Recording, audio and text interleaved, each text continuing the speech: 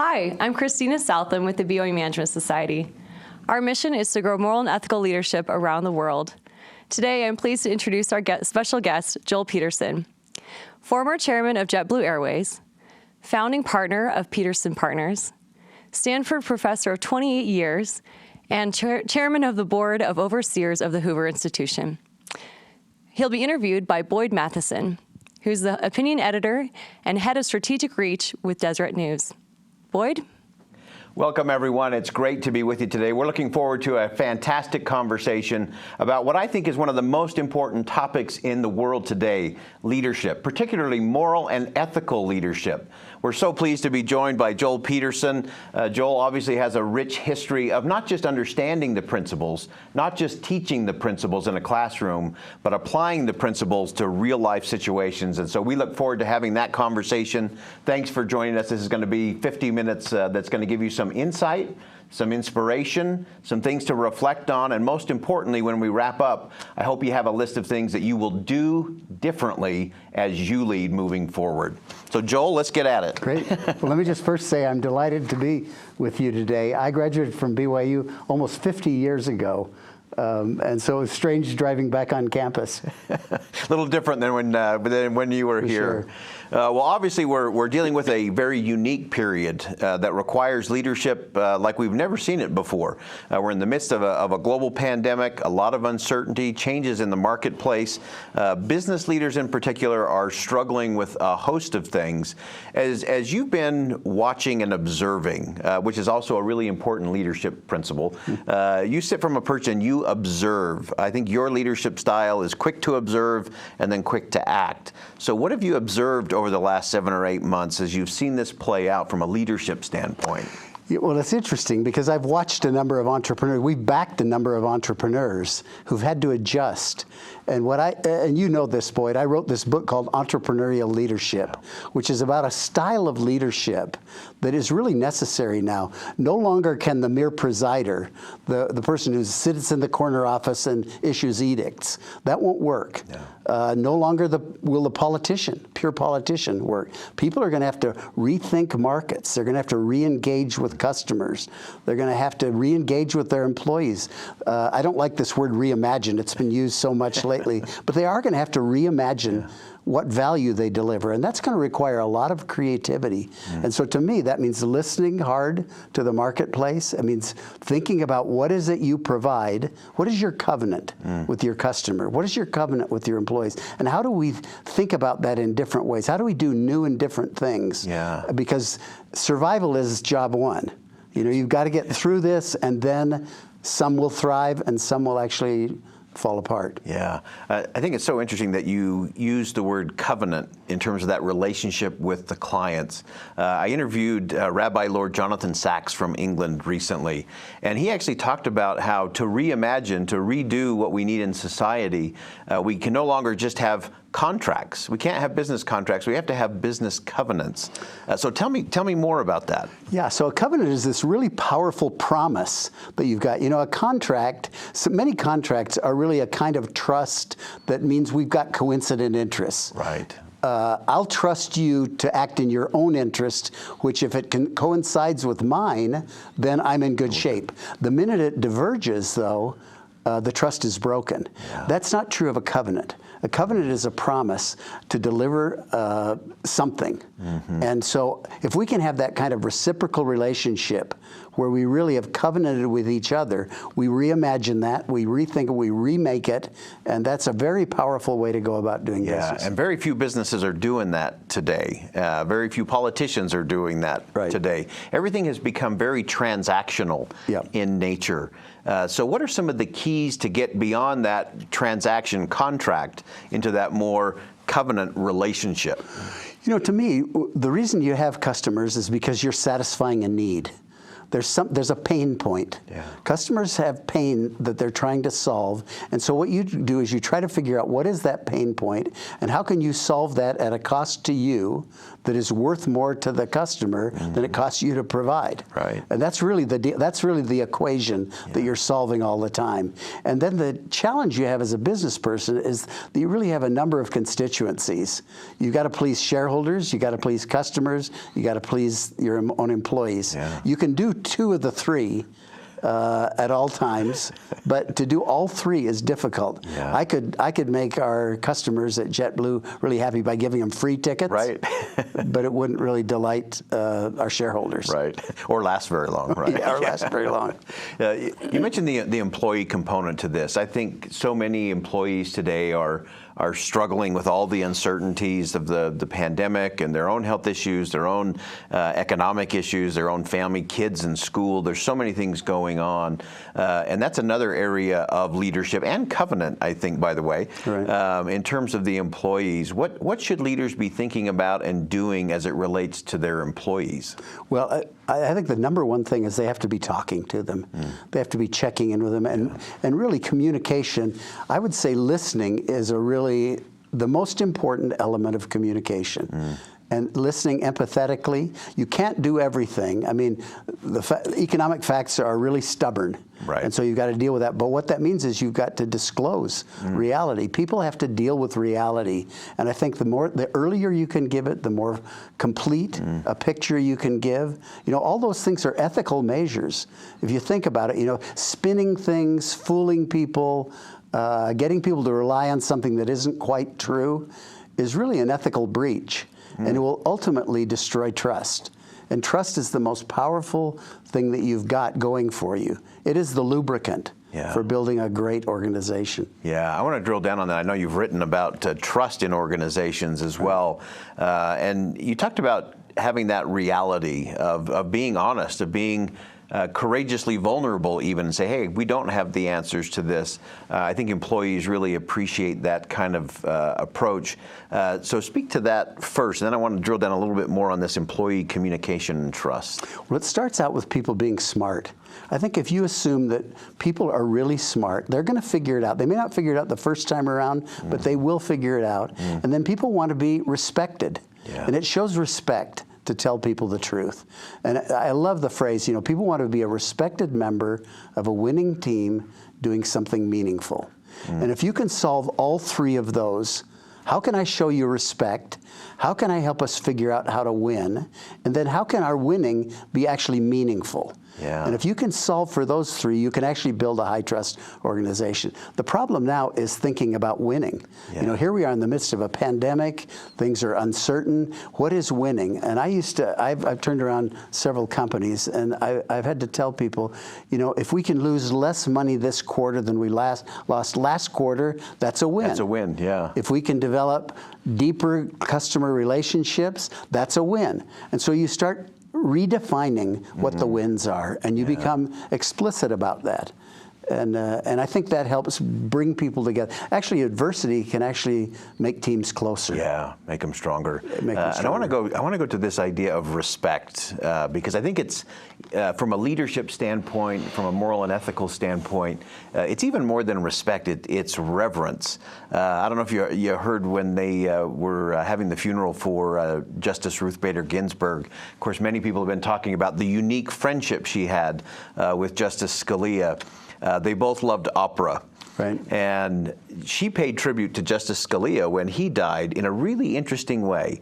She said, you know, this duet of this, you know, tenor Scalia and soprano Ginsburg, they were different, but they were one. They disagreed on the interpretation of the text, but then she said, we were one in our reverence for the court, the Constitution, and the country we served. And that really made me think, it's reverence and respect from leaders to employees and to customers and shareholders.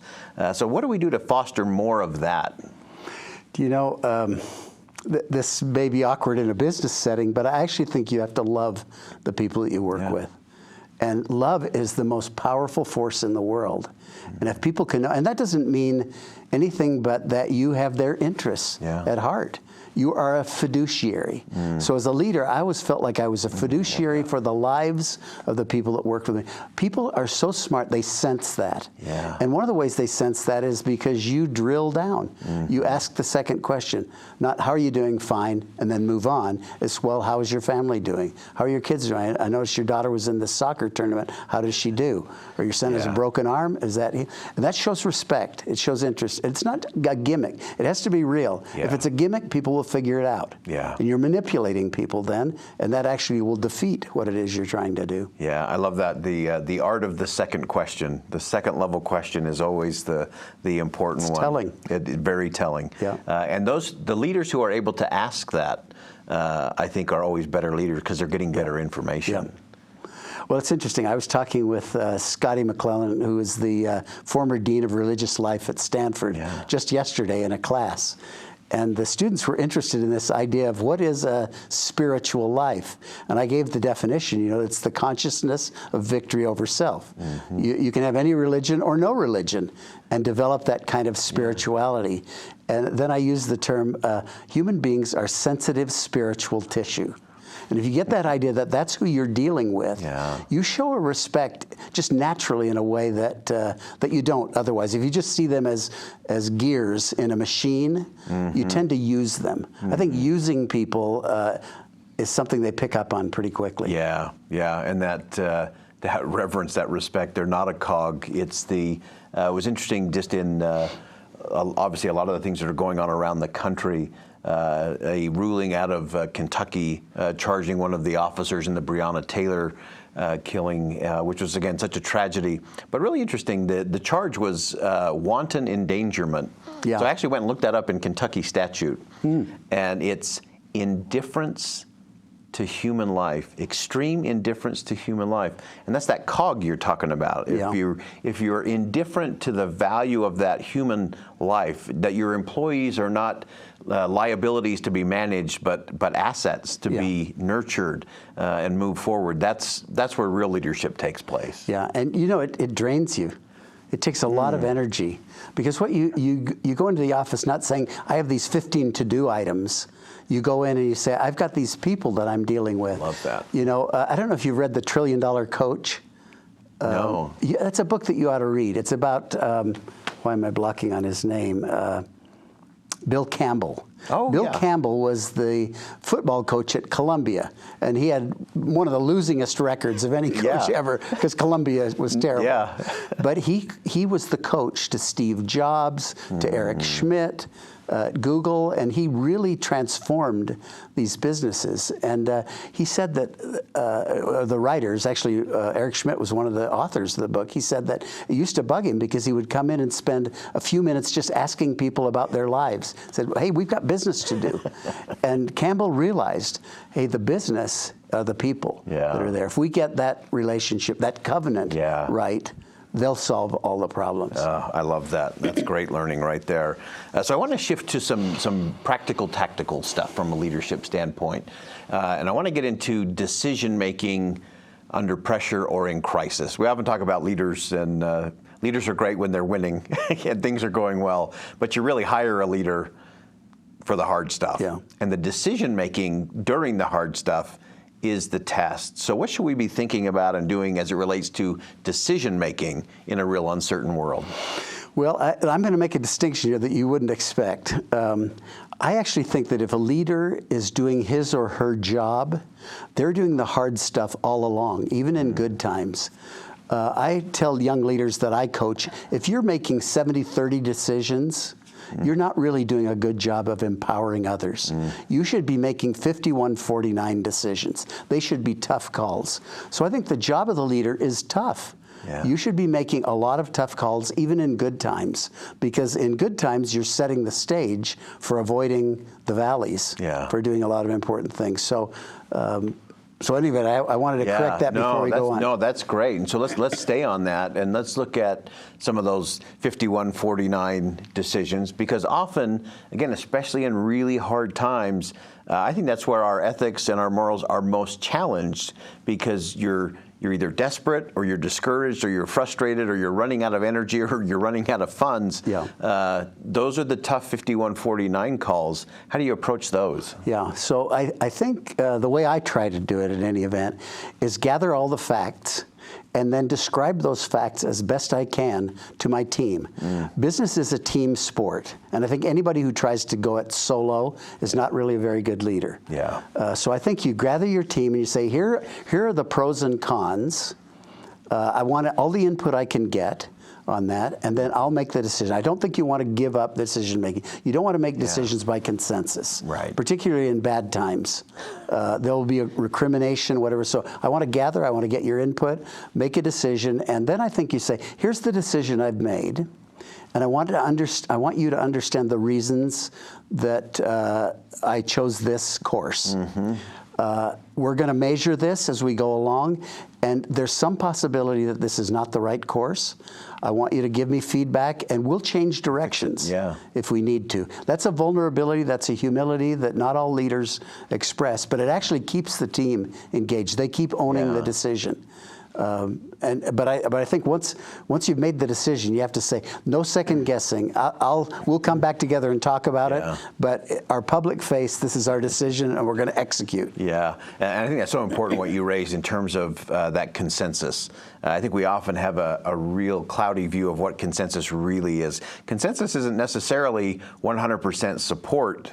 No, it's 100% support after the decision's been made. It's not 100% agreement. Right. It's more 100% support once you get it it's done. really kind of agreement to execute as best we can. Yeah. I may not fully support or like the decision, but I'm going to give my all. But we're going in, as you said, public facing, everyone's on board, we've made the decision, we're moving forward. I think one of the things that many leaders around the world are grappling with is they don't have as many touch points with their employees currently. A lot of people are working remote. We were talking as we got started, we're doing this virtually today, and that makes it a little harder. There's some challenges to that. There isn't the usual water cooler talk or those hallway conversations that can be so priceless. What are you finding, again, from your observations out there? Who's doing this right, or what are some key learnings about doing it right with remote employees? Yeah, so I always say if you haven't built trust before, you're going to have a really hard time building trust over Zoom.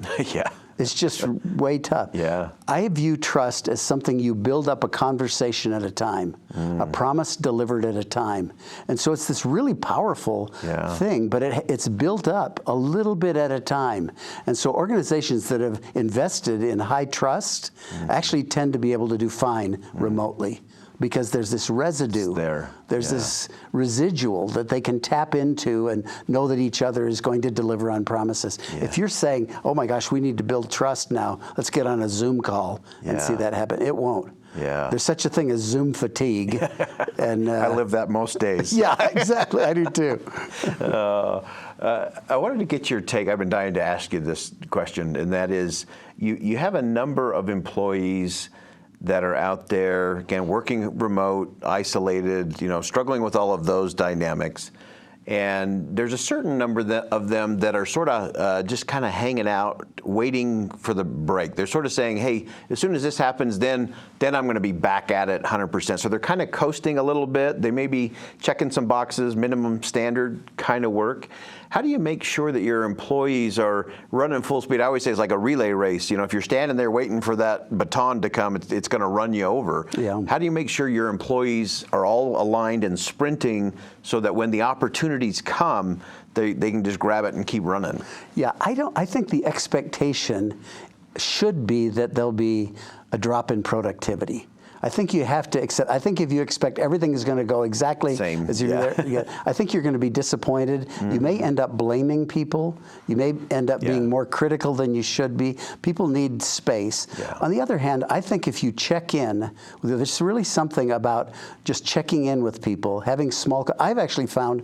So I'm teaching a class right now at Stanford, and I tell my class every Wednesday at noon, I want to have lunch with 6 of you. I find that 6 people on a Zoom call is actually not that bad. It's not that bad. It's when you have these little tiny postage stamps groups, people that are virtually impossible. But I find that an hour with 6 people, just checking in with them, you actually are laying down these layers of trust that then you can tap into later on in the week. That's great. So I think, and I think you have to formalize some of this stuff. You know, so we make sure we have a weekly meeting early on in the week on Monday to talk about everything. I actually always go in early. I'm there early because people who come on to Zoom, you have these wonderful conversations with 2 or 3 people. It's the new water cooler, right? It is the new water cooler. And it actually develops this sense of how are you doing? You know, how's this going? How's that going? People are social animals. Yeah. They don't want to disappoint each other. And so I think that, you know, some of those are really good. And some of the time that's sort of downtime can actually be really productive. Yeah, that's great. So I want to dig in for a second on something that you talked about in your book about that entrepreneurial mindset, that entrepreneurial leadership. And I think this is a real test for so many organizations out there. You get into this uncertain space, or you hit that big challenge in your market, or a big shift happens, and leaders tend to do one of 2 things. They either wildly overreact and tend to make some mistakes, or they hunker down and do nothing and just try to ride it out. Yeah. Give us some examples of how you've seen both of those extremes, and then how do we get to where we're making those decisions from a position of strength where you can actually move forward? So one of the things that I've encouraged at JetBlue, we actually said, what is our brand? What do we want our promise to be with our customers? And is it still valid? You know, given the fact that we're in this, so our revenues dropped to 3% of what they'd been a year before. Wow. So there's no way to survive that. So let's review our promise. Let's review our covenant. And our covenant started with safety. Our number 1 value is safety. Love that. Well, how are we doing on safety? Well, right now, in the midst of a pandemic, we're doing terrible. Yeah. Everybody's scared to death. So how do we give people a sense of safety from a health standpoint? So then you start sort of factor analyzing. You break it down and you say, what could we do to increase people's sense of safety? Well, they could wear masks. We could block the middle seat. We could make sure that we have HEPA filters on the air so it's the cleanest air on the planet. Yeah. We could use UV on any turnaround so that we sanitize every plane. You know, so there's a bunch of things we could do. We actually went through this on 9/11. You know, we were scheduled to ring the bell on the New York Stock Exchange on 9/11. Right. And I forgot that. You know, so we actually ended up having to put it off for 5 months, and then it took 8 or 9 months before people were flying again. So it's going to take some time to make that safety covenant again. People know that air travel is the safest form of travel, but when you superimpose this health thing, all of a sudden they wonder about that. So I think it's going through each of your levels of promise. You know, when people say reimagine, that's just this fuzzy word that doesn't mean anything. Makes people feel good. But if you say, I want to break down my promise, what are the 5 promises I've made, and how do I deliver on those promises? And are they the right promises? Are they still the right promise? Are they still the right promise? Yeah. Or do we need to recovenant? So I'm on the board at Franklin Covey, too, and we decided that everybody's struggling with teaching their kids at home. Yeah. And we've got a bunch of teaching tools. Let's make them available for free. So it's just kind of an outreach. Yeah. At Peterson Partners, I know that we just asked everybody if they'd like to volunteer part of their salary and bonus to helping people who don't. And I'll be darned how many people said, you know, they really wanted to do that. They felt fortunate. They wanted to spread that around. That increases the sense of team, a level of trust. Lots of good things happen. Yeah. So you're doing more than just getting through. That's right. You know, the worst thing for people is just say, I got to grit and grin and bear it and make it through this thing. Whereas if you can say, I'm going to do something about this. Yeah. I've often found that adversity is actually one of the greatest things that happens. We don't choose it ever, but when it happens to us, we tend to learn really important lessons in life, in business, in families, whatever. So embrace it, be optimistic, talk about it, factor analyze the things. I mean, be really thoughtful. Be intentional about what you're solving for. Yeah, and that opportunity window, I think, is so interesting in the midst of a crisis. You look at some of the great businesses that have been successful throughout the history. So many of them were started in the middle of the depression or in an economic downturn or after a bankruptcy. Any experiences or people you've interacted with who've kind of launched in that? I know at Peterson Partners, you're dealing with entrepreneurs all the time. Right. And many of them kind of fall into that category of they kind of get their funding, get going. It's like, oh, there's a pandemic. I'm going to hunker down and try to wait it out.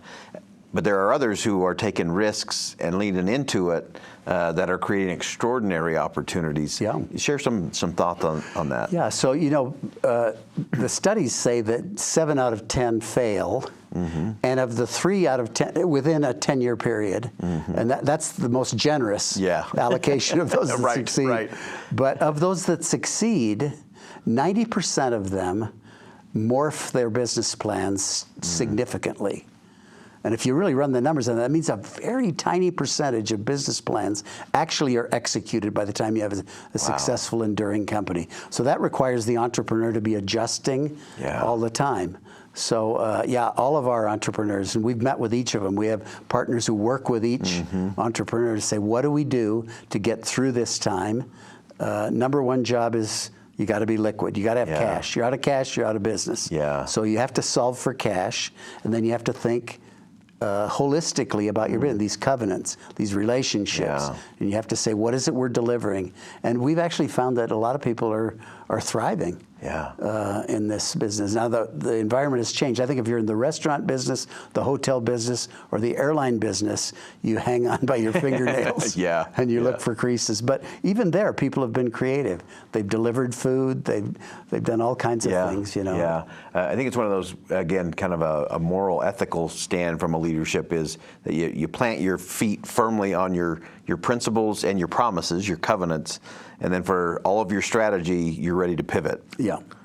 Well, and ultimately, I mean, if you think about what you're doing, I wasn't interested in business when I was at BYU. I was going to be a university president and really change the world and do good. And I fell in love with business. In fact, I gave a talk here at BYU called Surprised by Business. I was surprised at what you can do is you can build jobs. You can create jobs, and jobs are ennobling. Work is really ennobling. So you have this kind of sacred trust that it's your position in life to build jobs, to build people, to give them an opportunity to achieve what it is they're striving for. So I think these are really important ethical issues. Yeah, well, and you hit that trust word again, and I think that's just such an incredibly important piece now because you've had a lot of uncertain trumpets. Both in the business marketplace, in communities across the country, and that uncertainty where employees and customers, if they're hesitating, if they're vacillating, the scripture says if the trumpet has an uncertain sound, nobody knows what to do. And there's a lot of uncertain trumpets. So how, as a leader, do you use trust as a way to make sure your customers, your clients, your employees know that certain sound of, this is who we are, these are our promises, this is what we're going to deliver for you? Well, again, you better have built that up before this comes. You can't all of a sudden come in as a trusted leader when you haven't paid the price. It's not one consultant away, right? It is not. And you can't rent it. Trust is not one of those things you can rent, bring somebody in, and all of a sudden you're trusted. So I think you've got to build it over time. So as you look at how we lead individuals, again, especially in uncertain times, I believe people want to be led, but they want to have trust in whoever's leading. And so you talk about building this up ahead of time. What should we be doing now in the midst of it to either, because you've also written a lot about how do you restore trust? How do you build that bridge back? So give us some insight there. Well, there's a couple of things. So we've mentioned communication already. So to me, communicating lavishly is the word I use. It's just make sure you over-communicate. You almost can't, and that you give bad news as well as good news. But you also mentioned this thing about when people are disappointed. That's a form of betrayal. If you tell me you're going to do something and you don't do it, my trust in you goes down. Now, there may have been a good reason. You may not have understood what we were talking about. There may have been an intervening variable. that disrupted what it was you were doing, whatever. But if I allow that to fester, and I just think, boy, that Boyd, I don't think I can trust him anymore, and I'm quiet about it, Yeah. our trust will continue to decline, and our relationship will be destroyed. So I have found that the minute that you've disappointed me on something, I say, come on in here, let's talk about this a little bit. I want to understand what you did and why and whatever. And we have this complete conversation, and we resolve it in the moment. Their immediate feedback, this expression that feedback is the breakfast of champions, is really an important way to build trust. Yeah. And so I think having that conversation, there are betrayals that you can't fix that way. If somebody lies, cheats, or steals, my recipe for that is get out of business with them ASAP. Most people wait too long. Yeah, that's a good point. We often wait too long, and then the bigger problem comes. A lot of this leads to a discussion around culture, building organizational culture. Hard thing to build, harder thing to turn around, very easy thing to lose. And while in business we often talk about the strategy, sort of the breakfast model you're talking about is culture eats strategy for breakfast, right? Yeah, that's Peter Drucker's famous phrase. Exactly. Yeah. So how do we get that culture, again, in a disconnected kind of world, doing a lot of Zoom meetings? Culture can be really challenging. What can we do moving forward in terms of organizational culture? Well, so I really am a huge believer in getting the culture right. And when it's wrong, I almost think you have to let some people go and bring some new people in, new blood. That's one of the more powerful ways to change a culture. But I think the most powerful way is in your own behavior. I've noticed in companies that I've led, if they're led by a jogger, people tend to be joggers. If they're led by a smoker, people tend to smoke. You know, I mean, the leader has a really powerful position, and I think there really is a duty that goes with that, because you really realize you're infecting a whole culture of people. And so the reason I wrote the 10 Laws of Trust was to say, in a hopeful way, you can build a high trust culture. I remember teaching a class at Stanford one time and saying, you know, cultures are really powerful. And some executive raised his hand and said, we don't got no culture in our business. We don't need no culture. We don't do culture. We don't do culture, yeah. He said, this is a pointy-headed academic thing. We don't do culture. And I said, do you want to bet? You've got a culture. Based on what you just said, you've got a powerful culture that dismisses culture. You're going to have a culture. That's right. It can be an emergent culture, or it can be an intentional culture. And so I think thinking through, you know, what are the elements of this culture, and then operationalizing it. What does it take? I actually did this with my family. When we had a third child, we realized we were going from man-to-man to zone defense, and we needed a plan. We had to get on top of this. And we said, we want to raise mature human beings. We want mensches. We want old souls. We want them to be our best friends.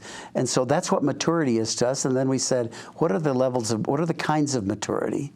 Emotional maturity, intellectual maturity, physical maturity, spiritual, skill set. You know, we listed them all. And then we operationalized them. We said, what do you have to do to have an emotionally mature young person? What do they have to go through? So then we said, here are the various, well, I think you do that in business all the time. You can do it in your personal life, and you can really be intentional. And I think it makes a difference. Every organization will have a culture, whether it's by chance or by choice. It's going to happen. The emergent ones are never as good. And they're always messy and a little bit painful to boot. And hard to unwind. You've mentioned several times this communication component to it. In my business consulting, it was always most organizations under-communicate by a factor of 10, and I think that might be a low estimate, right? So as you look at doing that, a culture of communication, you've talked about being honest and open up front. You've talked about doing it lavishly, which I love that in terms of framing. How do you use communication and language? Because you talked about how as a leader, you're going to infect the organization. And one of the things I always notice in an organization is you'll hear the CEO or the president or the leader use a certain word, and you'll hear it everywhere in the building. Yeah. And so how do you intentionally use language and communication to build that and strengthen that culture? Well, the choice of words matters. There are these high velocity terms, and I've actually learned in teaching that a lot of my young people, these young millennials or whatever they are, that Gen X or whatever they call them today, are sensitized to things that I'm not sensitized to. And so I invite them to give me feedback. I just was on the phone yesterday with a woman who had been triggered by something I'd said. And so I said, please tell me more about it so I could understand and explain. So I think this idea of being accepting, wanting feedback, wanting to know, and then apologize. So I said, I'm so sorry. That's not what I meant at all. I hope you'll understand this is whatever. So I think that's part of it. But I also think that words are not the full equation. I actually think that people pay a lot more attention to what you do. And I have this thing I call the say-do gap. And if what you say and what you do, if there's a big gap between the two, you've actually destroyed trust. You've made it so people are become cynical. You know, a lot of companies have these mission statements. They frame and hang them on the board all over. And they actually, in most cases, create cynicism. And the reason is because people read the mission statement and say, well, we don't do that. Those hypocrites. You know, we're not about that. If we did that, why did we go send that customer off? You know, Buck Rogers, the guy that was the famous sales head at IBM for many years, he's a legend. He used to say that his favorite call of the day was from an upset customer. If the customer were really mad, because he could then show them why they had been so smart to buy IBM. And I think it's that sense of, you know, I want to take on these, I want that negative feedback. I want to listen. So to me, behavior, listening, and then speaking, you know, are probably the order that I would go. That's great. You know, we're in such a, I kind of reject the notion that we're so divided. I think that's more people in power wanting to stay in power, because if they convince us we're too divided to do something, then they get to stay in power and stay in control. But there are times in our organizations where we do have those gaps, and we do get the divisive issue within an organization. And to me, it's usually the difference of, do you have a culture that drives wedges or builds bridges? And so again, going back to how we make these decisions, the moral, ethical way to bring people across, to shorten that gap, because to me that's integrity. If you've got something in a gold frame on a wall in your office that says we commit or we covenant to this, this, and this, and we're not delivering, we got a gap. And then how do we fill it? I actually think even a more important point about conflict is that you want to have an organization that embraces conflict, that sees conflict as a good thing. You know, if you want a place that's quiet, it can be a hospital. You know, where everybody's sick. And I've been in organizations where people don't talk about the conflict. Everything goes underground. People complain. Those are sick. Organizations that are sometimes kind of raucous. They disagree and everything, but they embrace it. They say, we love having conflict. We want to debate things until the decision's made. That's a much healthier culture. So I think the only way that you set that up is on the front end. You say, it's okay. In this organization, the best idea wins, not the most powerful person. So we're gonna be sifting for great ideas all the time. So to me, that's the way to handle conflict, is we celebrate it. That's one of the things that makes it great. Oh, I love that. And I think that's so important, because it's not about disagreeing less, it's about disagreeing better. Effectively. It's having those debates, because the best organizations are always going to be those that are full of big ideas and open, honest, roiling debate, and then coming together. And I think another thing that you see in those kinds of organizations is they're willing to pilot things. They're willing to try stuff out. And typically they've learned to sunset these committees. They say, let's try it. And you know, there's an expression in Silicon Valley they use, fail fast. And what they mean by that is get out to the market, see what customers say, and then adjust. And it's not a failure. it is an adjustment. It's an adjustment, yeah. And so I think conflict, adjusting, failing fast, sunsetting, trying again, these all make for healthy organizations. And again, going back to the notion of ethics, if you're a leader, to be an ethical leader, you want to figure out, how do I build a culture that is high trust, where people can voice their opinions, where people can articulate, where there are no recriminations, right, where people can be vulnerable without punishment. Yep. All those things are really elements of building this powerful high trust culture. Yeah, so important. One of the things I've always admired in your leadership is your ability to get past the complexities and get to the simplicity.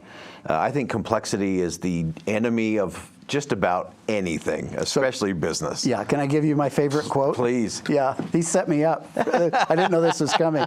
But my favorite quote in the world is by Oliver Wendell Holmes Jr., who said, "I would not give a fig for the simplicity this side of complexity, but I would give my life for the simplicity the other side of complexity." And what I found with most problems is we have an initial instinctive response, and it's simple. We'll do this, do that, do whatever. And then we get in and do the analysis, and it gets really complicated. And there become 84 steps, and it's really complicated. And so we think that's truth, right? There is where truth is. What I've found is no organization can execute on that complexity. And you have to work your way through that complexity to get what I call far side simplicity. Figure out what the simplicity is on the other side of complexity. Once you've figured that out, then you have pretty simple steps again. I remember I mentioned to you that when JetBlue came up with its 5 values, there were probably 80 that we could have chosen from, and that made sense, and we had hierarchies, and people debated them and fought over them and everything. And then when you sift and sift and sift and sort and prioritize and everything, what happened was safety moved its way all the way to the top and said, you know what, that's our premier value. And we were right about that. Yeah. And everyone should do that. And by the way, we should do it in our personal lives. Yeah, absolutely. And it's so, I love this idea because I've seen you do this as well, that not every great idea is going to get great results. It may be a great idea, but I think a lot of organizations get lost and distracted by the shiny object of the month that prevents you from focusing on those core It's the idea that can be executed. Yeah. What can be done? What can you complete in a reasonable? So I always say, on time, on budget, delivered, promise. Yeah. Those are what you're solving for, not the great idea. So a lot of times, I've actually worked with some brilliant entrepreneurs who come out of Stanford, whatever program, and they have such complicated plans that you just say, this is the greatest thing since sliced bread, but it will never get to market. So many challenges out there that way. I think we all could spend the rest of the day just thinking about the simplicity on the other side of complexity.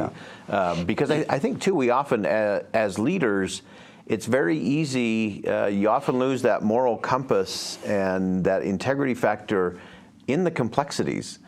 Because the more complex it becomes, the harder it becomes to navigate. And I see a lot of leaders who get lost in the complexity, and it actually compromises their integrity and their ability to lead. Well, that's where the ethical issues come.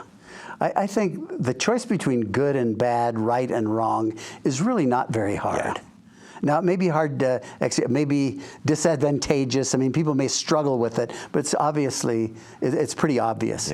The thing that I find really most challenging is when you're choosing between two goods or the lesser of two evils, and who is being hurt. I mean, I've had to deal with a couple of them where, boy, it's complicated. And knowing the right thing to do in those instances, those are the real ethical dilemmas, not the choices between right and wrong. Those are pretty simple. That's right. And it takes having some time to yourself. We often talk about leaders needing to go to the mountain, so to speak, to do that. How have you seen that play out? Leaders who just get, they're working 25 and a half hours a day, and there's no personal time, there's no development time.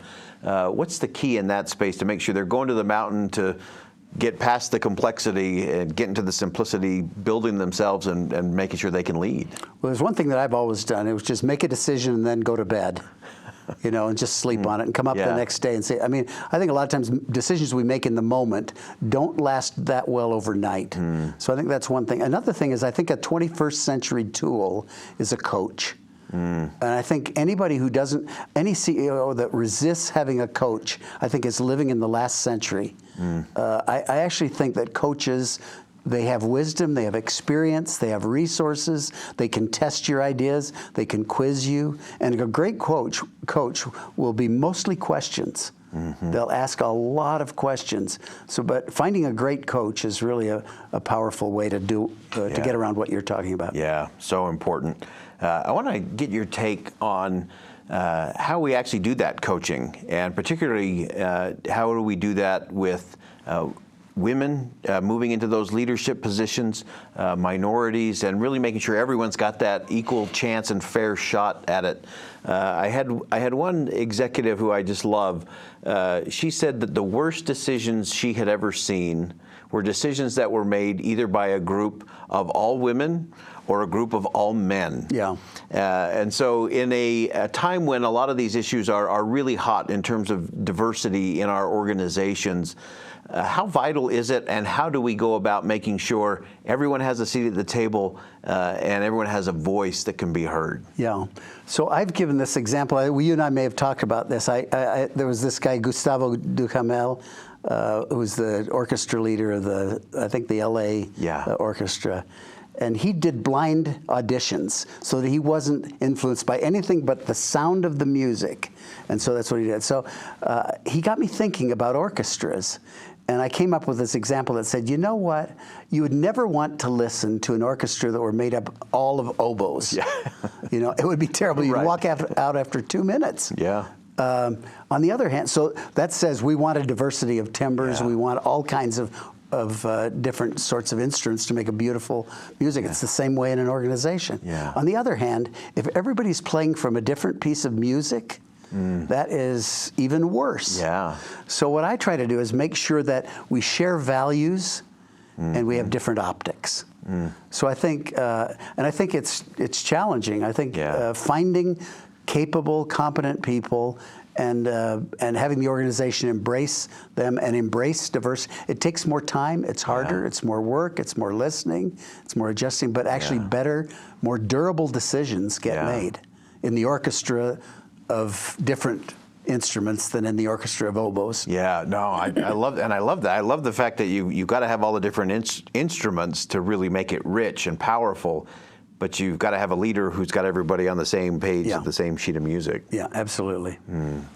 Well, we're coming down the home stretch here, Joel, and as you know, I always like to ask the therefore what question. Our participants today have been with us for almost 50 minutes now, and we have to get to the therefore what, the key takeaways. And so share with us just a few thoughts in terms of what you hope our participants today are going to think different and what they're going to do different for being part of this great event today.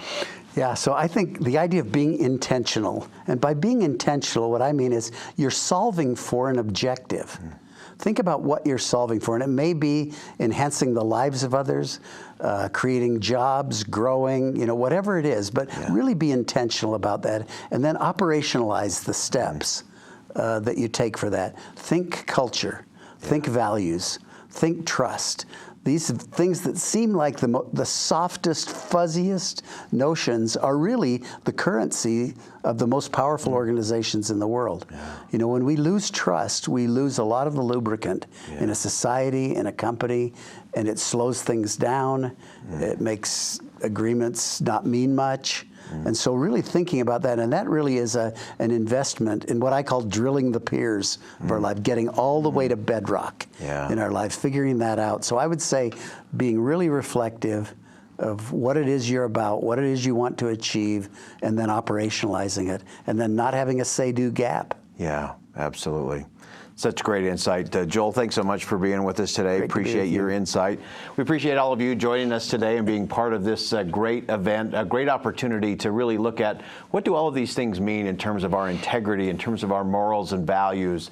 And I think the most important one, we're all going to go away and try to put on display today is what we do with what we've learned. It has been said that true character, that true integrity is the ability to carry out a goal or a resolution long after the mood in which it was created has passed. And it's easy to get excited with some principles. You hear from someone like Joel Peterson and you think, okay, I can follow that map. I can use him as a virtual coach today. But the test is, what are you going to do when you wake up tomorrow morning? What will you think different? What will you do different as a leader? And that's our big challenge, and that's our big challenge to each of you. And thanks again for joining us today.